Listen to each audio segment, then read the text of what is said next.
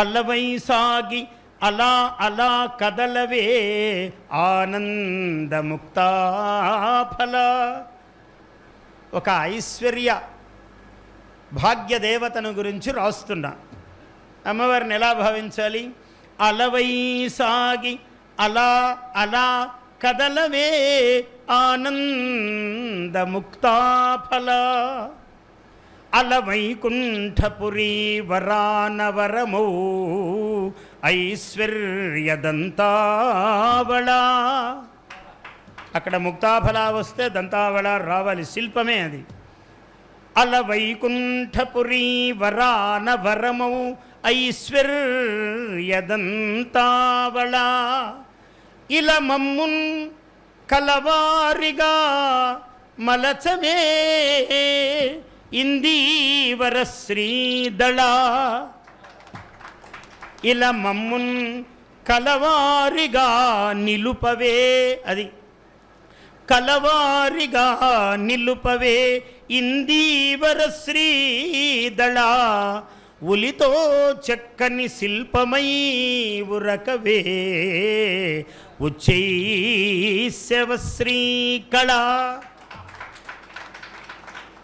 ముక్తాఫల, దంతావళ, ఇందీవర శ్రీదళ, ఉచ్చైశ్రవ శ్రీకళ. నన్నయ్యకేం తక్కువ ఉన్నాం మనం? పక్కన నిలబడ్డాం అంటే అక్షరరమ్యత మేరుణాన్ ఇతరులక్షరరమ్యతనాదరింప నానా రుచిరార్థ సూక్తి నిధి నన్నయ భట్టు తెనుంగునన్ మహాభారత సంహిత రచన బంధురుడయ్యే జగద్ధితంబుగన్. కారణము జగద్ధితం, అందువల్ల అంత పద్యం పలికింది నన్నయ్యకు. ఋషి సామాన్యుడా ఆయన, ఏ పదం పట్టుకున్నా అసలు ఎట్లా రాస్తాడు, అక్కడ నిలిచిపోతాం. ఇది కదా పద్యం అంటే. 1000 ఏళ్ళు గడిచిన తర్వాత ఇవాళ కూడా వ్యామోహకముగా ఉంటుంది నన్నయ్య పద్యం. అది నన్నయ్య. ఈ రోజుకు నన్నయ్యను చూస్తే వ్యామోహము.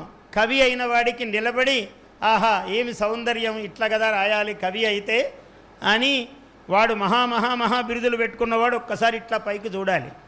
ఆయన కదా నన్నయ్య కవి, ఆయన కదా శ్రీనాథుడు, ఆయన కదా తిక్కన, ఎట్లాంటి వాళ్ళు, ఆయన కదా ఎర్రన.